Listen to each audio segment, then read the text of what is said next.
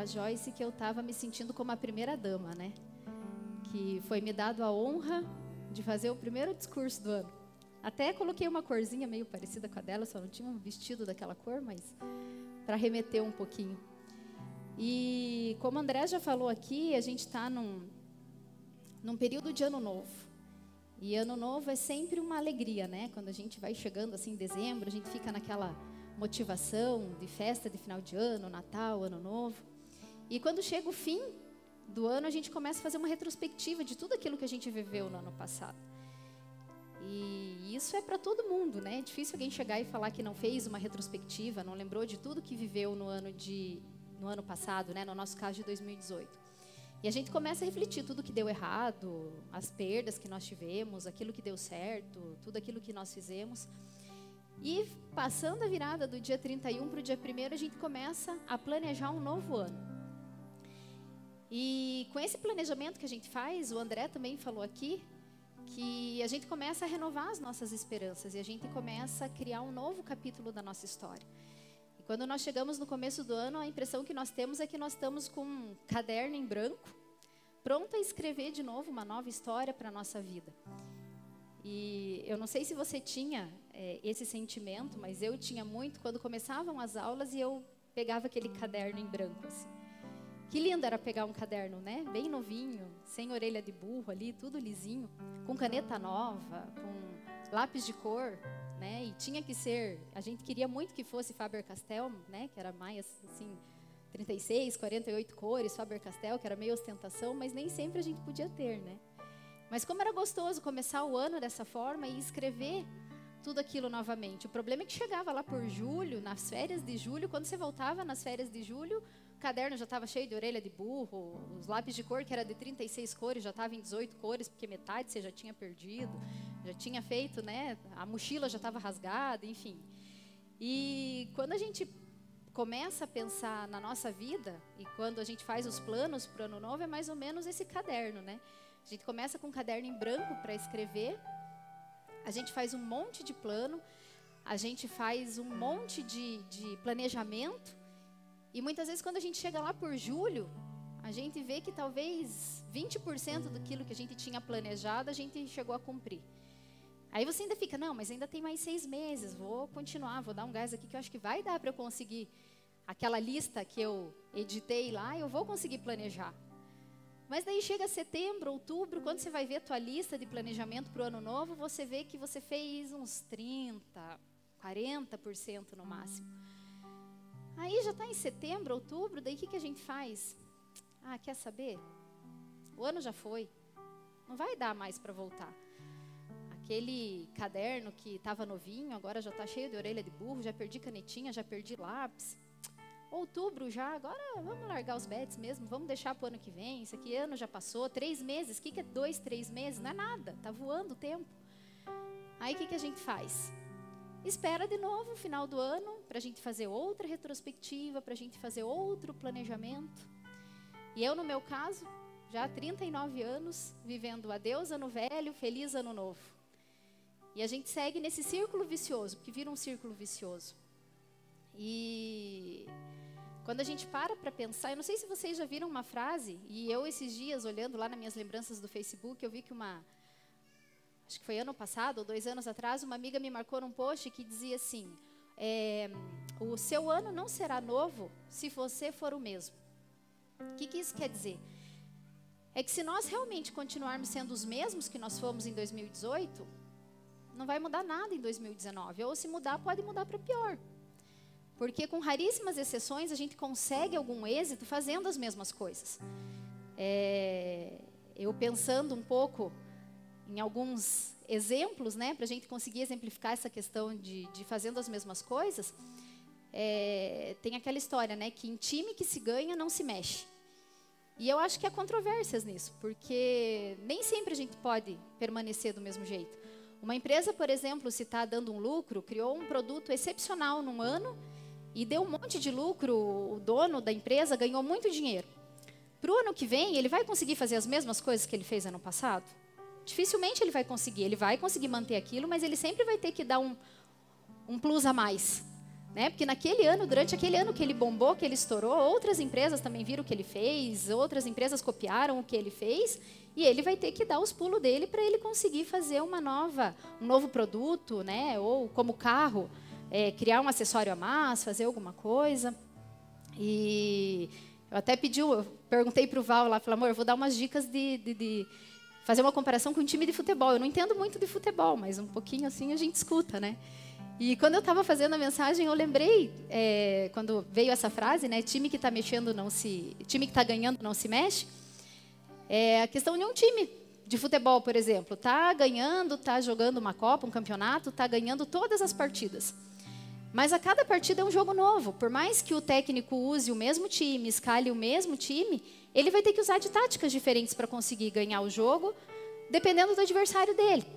Se é um adversário que joga na retranca, ele vai ter que colocar talvez um atacante, não sei, mais para frente. Se for um time que está jogando muito no ataque, vai ter que colocar mais um zagueiro, alguma coisa assim. Ele nunca vai poder fazer as mesmas coisas ou usar o mesmo jogo tático.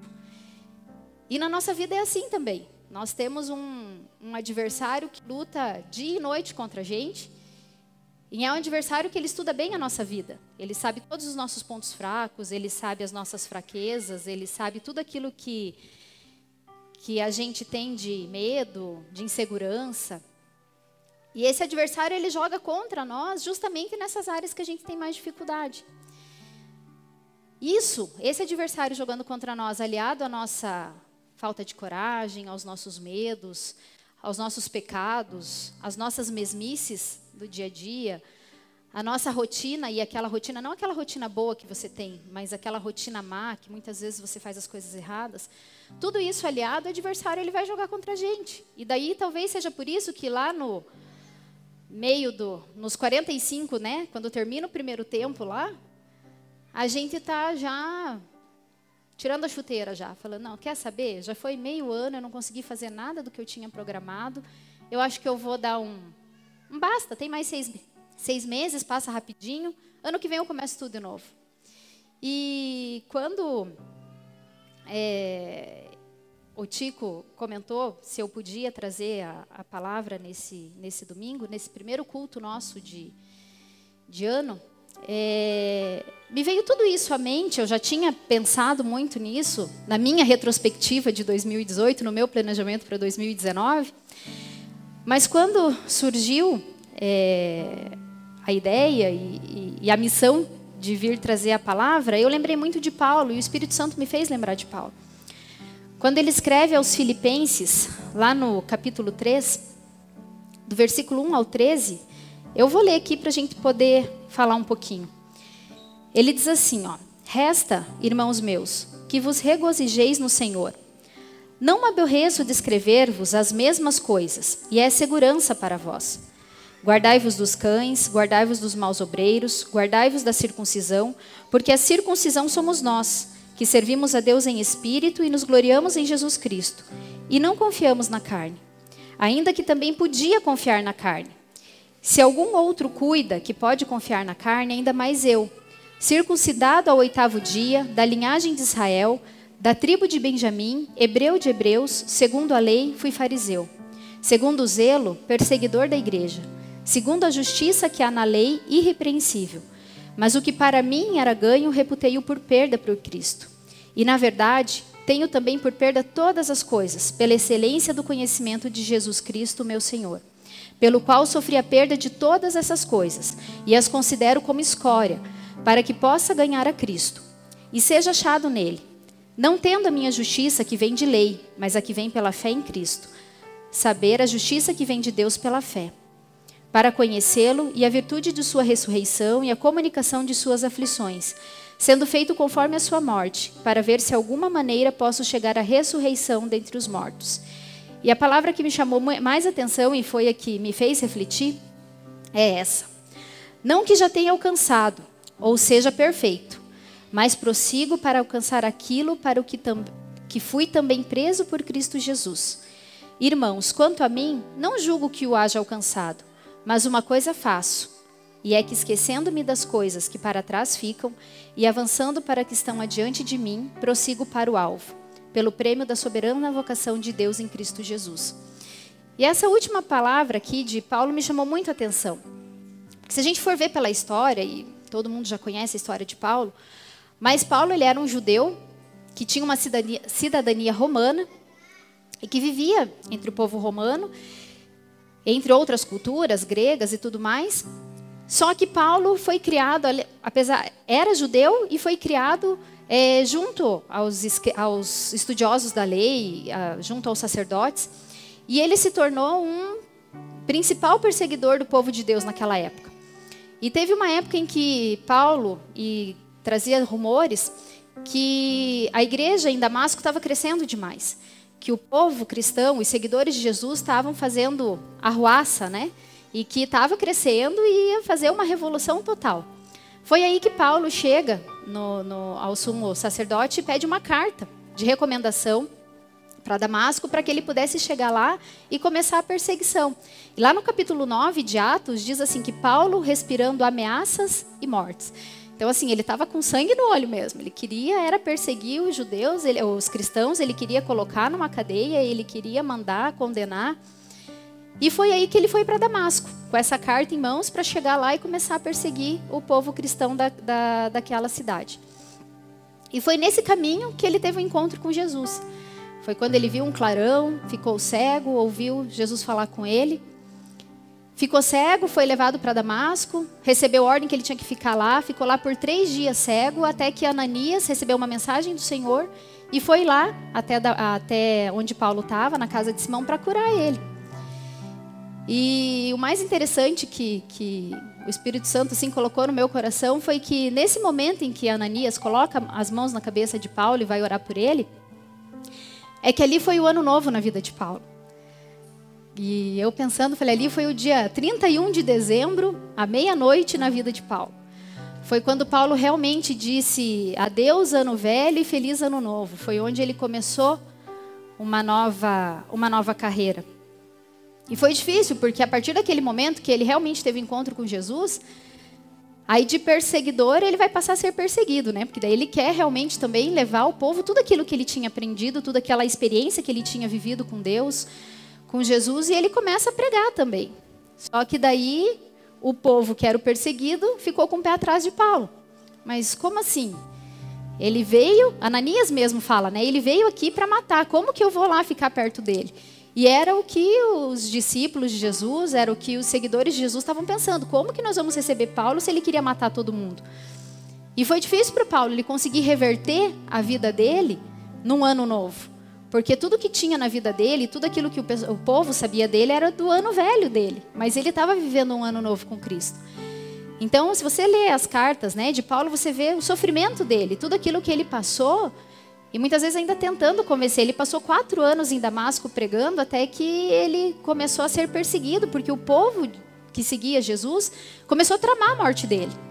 Aí tiveram que tirar ele de Damasco, levaram ele para Jerusalém. De Jerusalém foi para Cesaré até chegar em Tarso de novo, porque o povo queria matar ele. E Paulo continuou firme, sendo perseguido, mas firme. No ano novo, naquilo que ele tinha proposto de ser o ano novo dele. E quando eu comecei a ler esses versículos e essa passagem, o que me chamou muita atenção, e eu coloquei aqui três pontos que nos faz, talvez, aprender com Paulo, para que a gente possa realmente viver um ano novo. E eu até coloquei no tema da mensagem, ano novo. Será? Será que realmente esse ano vai ser um ano novo nas nossas vidas? Será que a gente vai fazer diferente? Será que eu vou conquistar novas coisas? Será que eu vou ter um relacionamento maior com Deus, uma intimidade maior com Deus? E uma primeira lição que eu aprendi com Paulo nessa passagem é quando ele diz assim: irmãos, não penso eu mesmo que eu já tenha alcançado, mas uma coisa eu faço, esquecendo-me das coisas que ficaram para trás e avançando para as que estão adiante. Paulo ele teve que lutar muito contra a carne, contra a religião, contra a tradição. Durante a vida dele toda, ele teve que tentar provar que realmente Jesus era o Messias, que ele tinha mudado, que ele estava disposto a viver um ano novo na vida dele. Só que chegou uma hora que Paulo falou assim: não, eu não posso viver mais daquilo que eu vivia no passado. Tudo aquilo que eu vivi tem que ser apagado, tem que ser reputado como perda, para que eu possa avançar e eu realmente conquistar aquilo que Cristo preparou para mim. E trazendo isso para a nossa vida, eu fico pensando quanta gente e quantas vezes nós temos vivido no passado.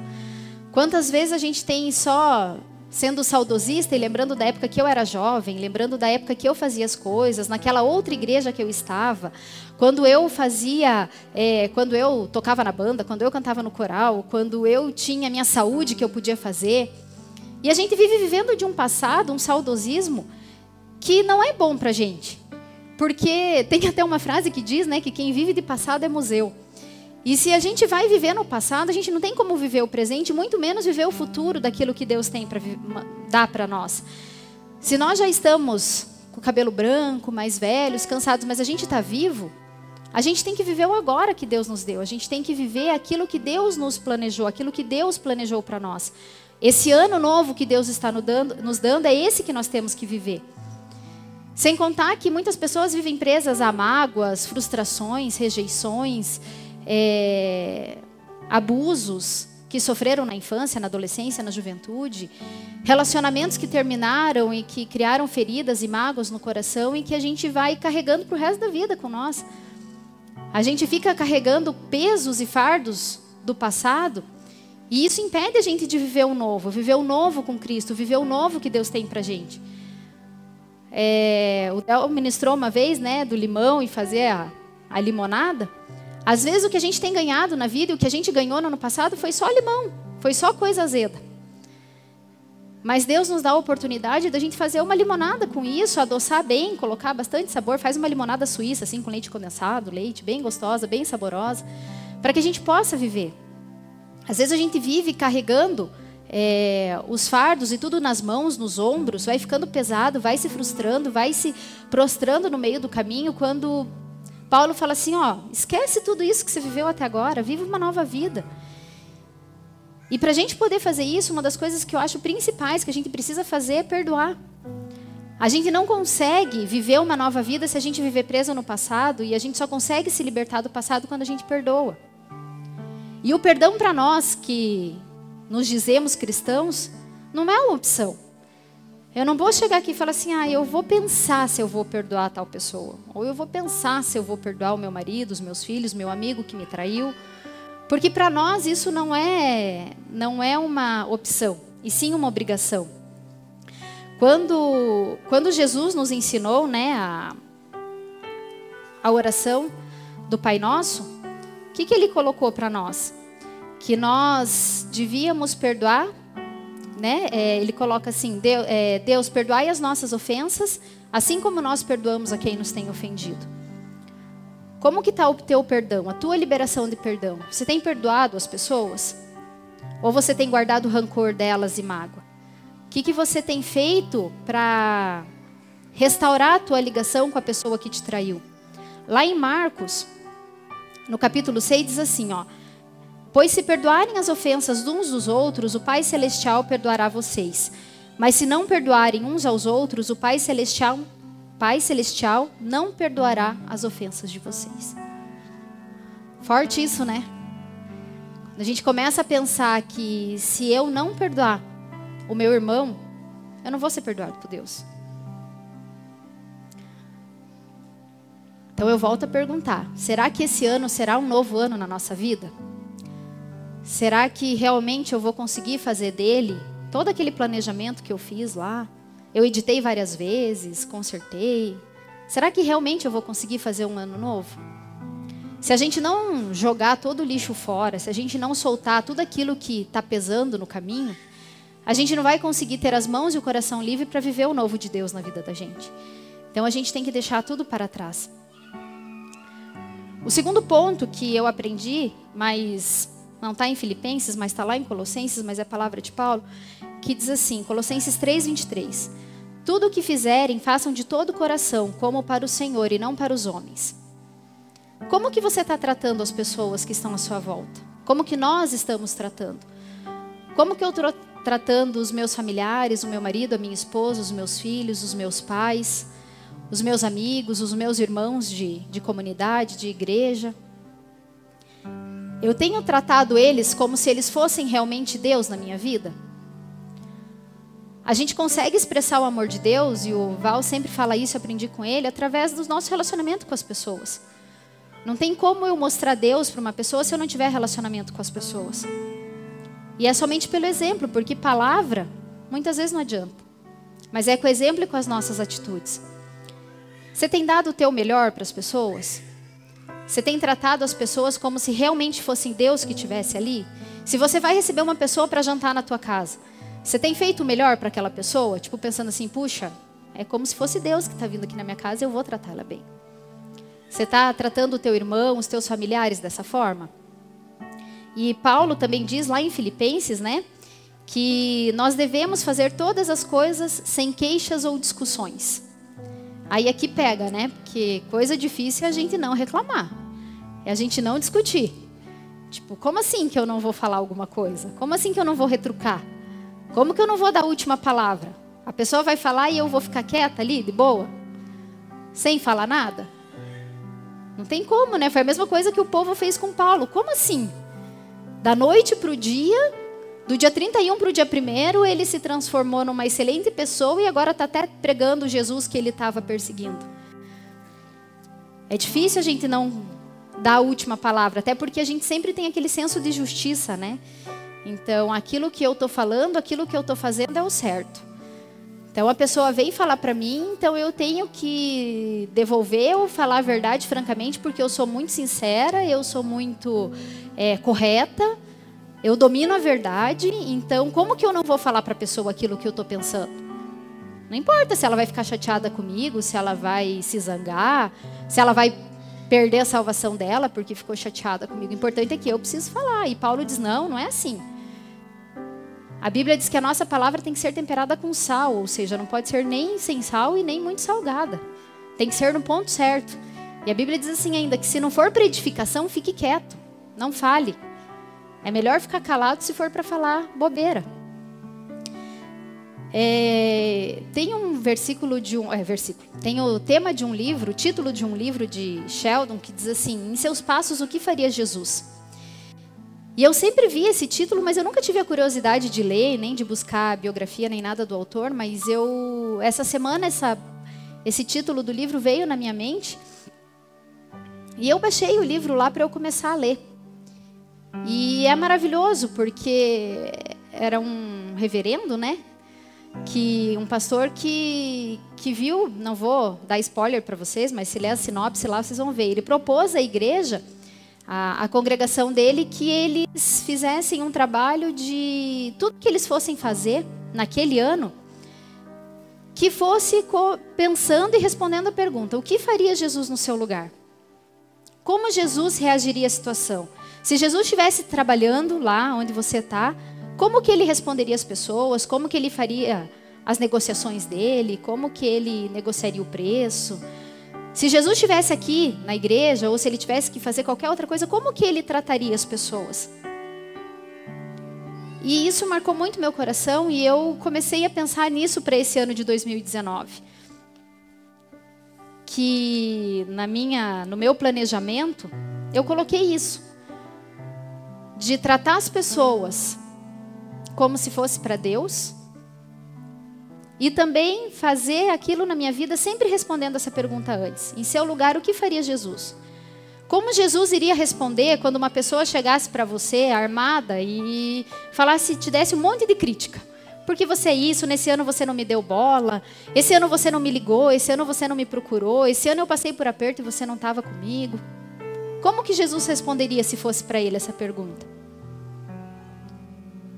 Ou como que eu vou responder para o Val quando o Val chegar para mim, Gra, você deixou de fazer isso, você não fez isso, você não fez aquilo.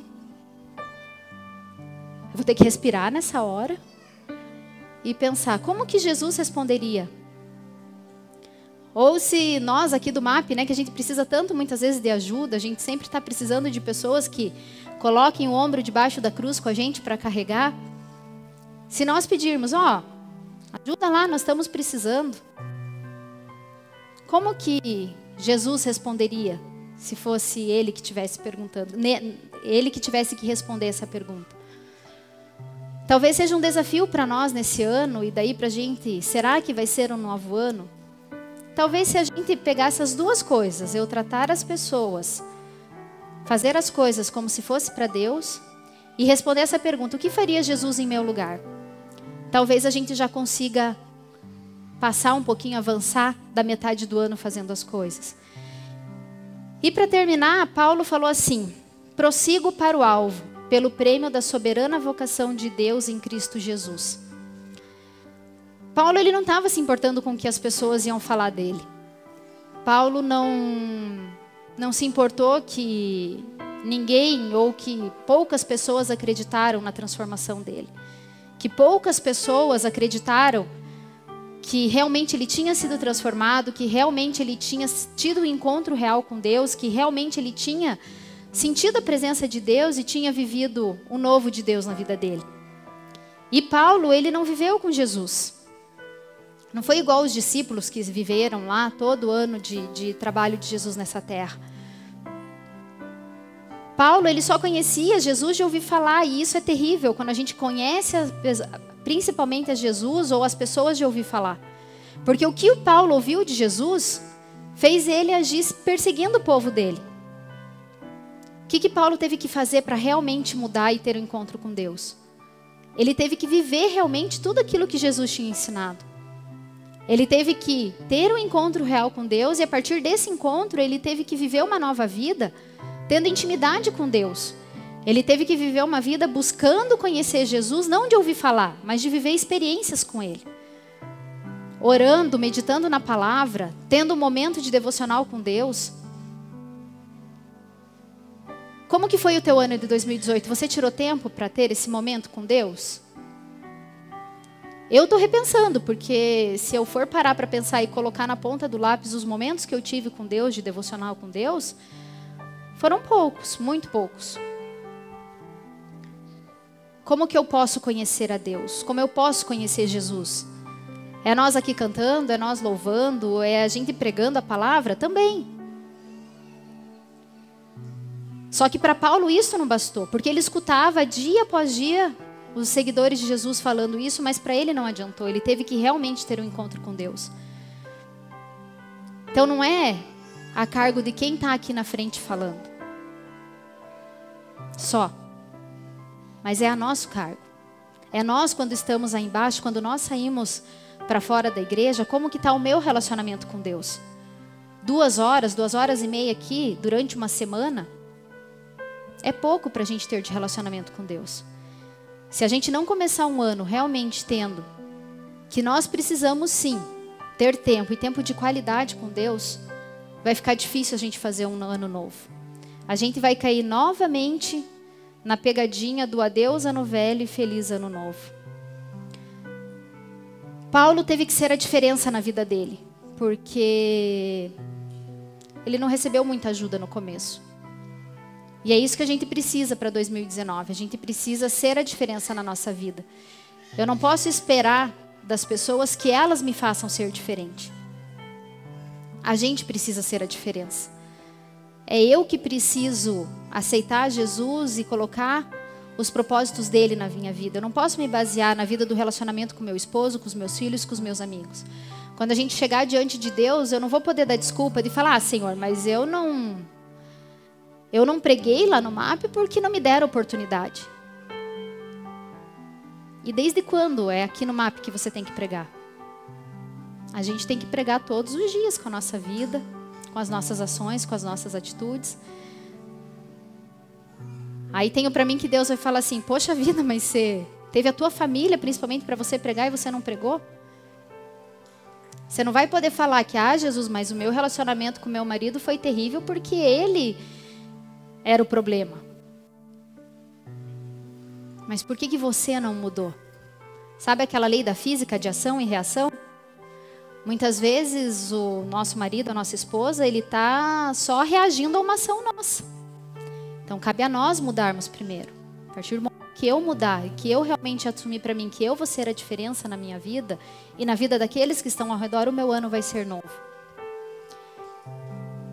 E hoje que a gente vai participar da ceia, e esses foram os 3 pontos que me chamaram a atenção, é a gente realmente deixar todas as coisas para trás, perdoando aqueles que a gente precisa perdoar, e muitas vezes perdoando a nós mesmos, porque às vezes a gente perdoa, ou as pessoas nos perdoam e a gente realmente não consegue se livrar da culpa.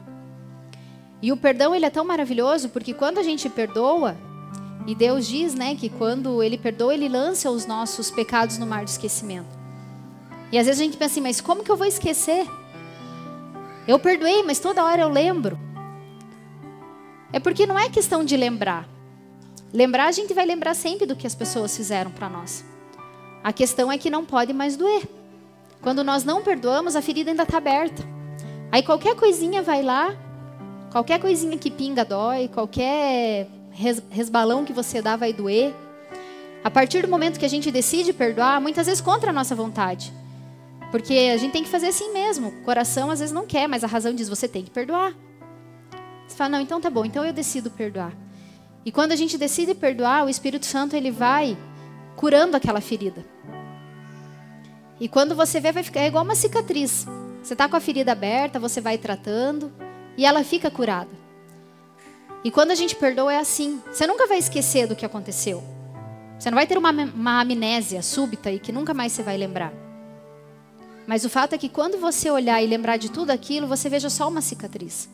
E se você tem uma cicatriz, você sabe que cicatriz não dói. E é tão engraçado que às vezes até onde você tem uma cicatriz, se a cicatriz for maior, você até perde um pouco a sensibilidade naquele local. Isso quer dizer que Deus tratou, isso quer dizer que Jesus tratou. E Jesus morreu e perdoou todos os nossos pecados, e hoje a gente vai, no primeiro culto do ano, nós vamos relembrar do momento em que Jesus realmente se entregou por nós. E Ele apagou todos os nossos pecados na cruz.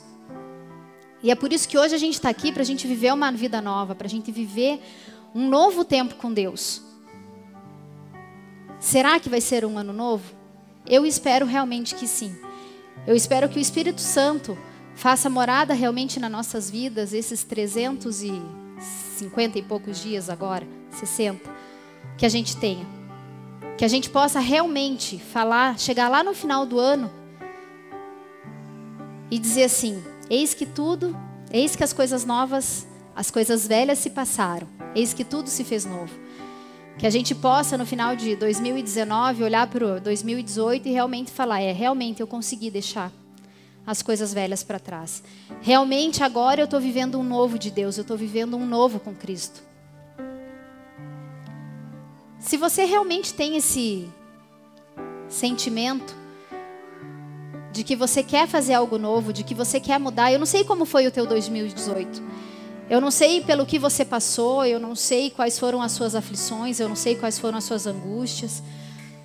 Eu não sei quem te machucou, eu não sei quem te magoou, eu não sei se você passou por aperto financeiro, se você se separou, se você se reencontrou, se você está planejando coisas novas, casamento, à espera de um filho.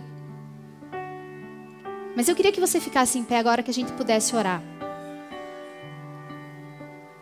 Se a gente já está no horário avançado por causa da ceia, mas eu queria fazer uma oração especial. Se você realmente sente no teu coração que esse 2019 tem que ser um ano diferente na tua vida, se você sente que você precisa fazer um novo plano com Deus, traçar uma nova rota, sabe quando você coloca no GPS lá que você está indo por um caminho, daí você vira, daí ele coloca lá recalculando rota? Se hoje realmente você está com esse sentimento de que eu vou recalcular minha rota hoje, hoje eu vou colocar tudo aos pés da cruz, porque Ele já morreu por mim e eu quero fazer uma nova vida, eu quero orar por você. Se você se sentir à vontade de vir aqui na frente, pode vir, nós vamos orar. Se você até hoje não aceitou Jesus, não sabe ainda o que é viver com Cristo, não sabe o que é ter esse renovo de vida todos os dias, porque a nossa vida precisa ser assim, um ano novo todos os dias. Às vezes a gente projeta para 365 dias a nossa vida, aquilo que a gente vai fazer, aí fica muito longe, você fala, meu Deus, são 360 dias para eu não responder as pessoas mal, para eu viver a minha vida como se fosse Jesus, para eu fazer as coisas como se fosse Jesus, para eu deixar tudo para trás. Viva um dia de cada vez. Viva um dia como se aquele dia fosse o teu novo. Como se naquele dia, assim como aconteceu com Paulo, que Ananias colocou a mão e o Espírito Santo curou ele naquele momento. Que você possa ter um renovo de vida com Cristo, que você possa recalcular a tua rota nesse ano de 2019. Que as coisas velhas realmente fiquem para trás, que você possa prosseguir para o alvo. E o nosso alvo é Cristo, e foi assim que Paulo fez.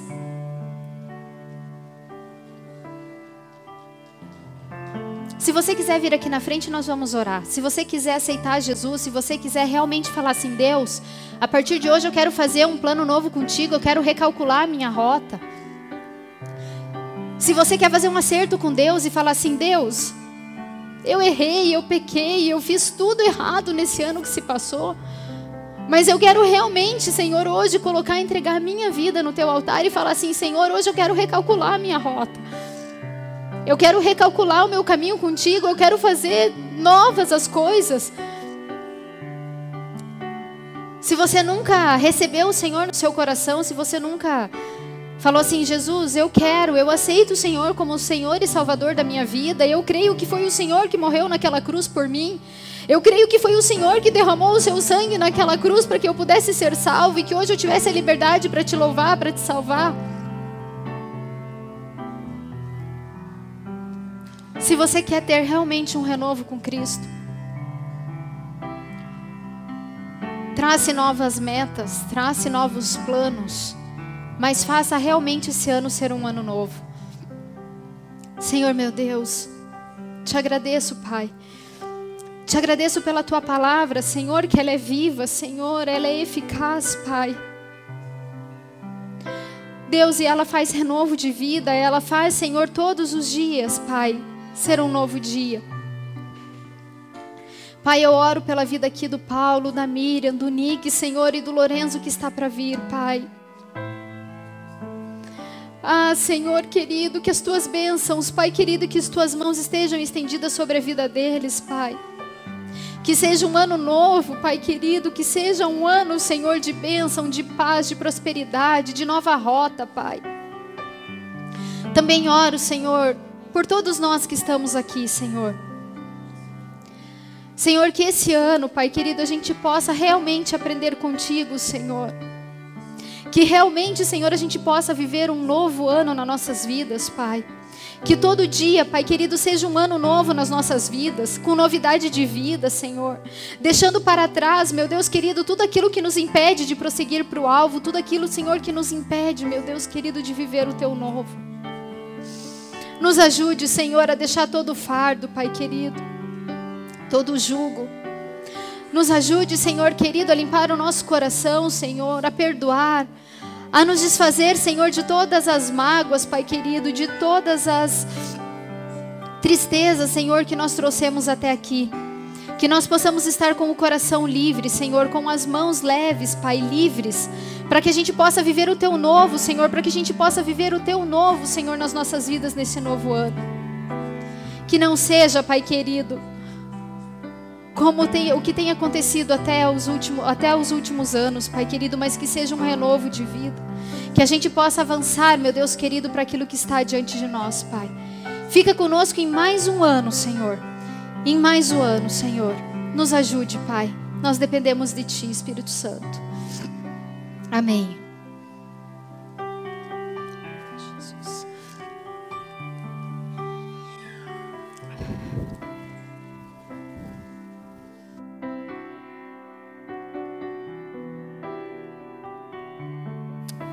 Glórias a Deus. Tome o teu assento.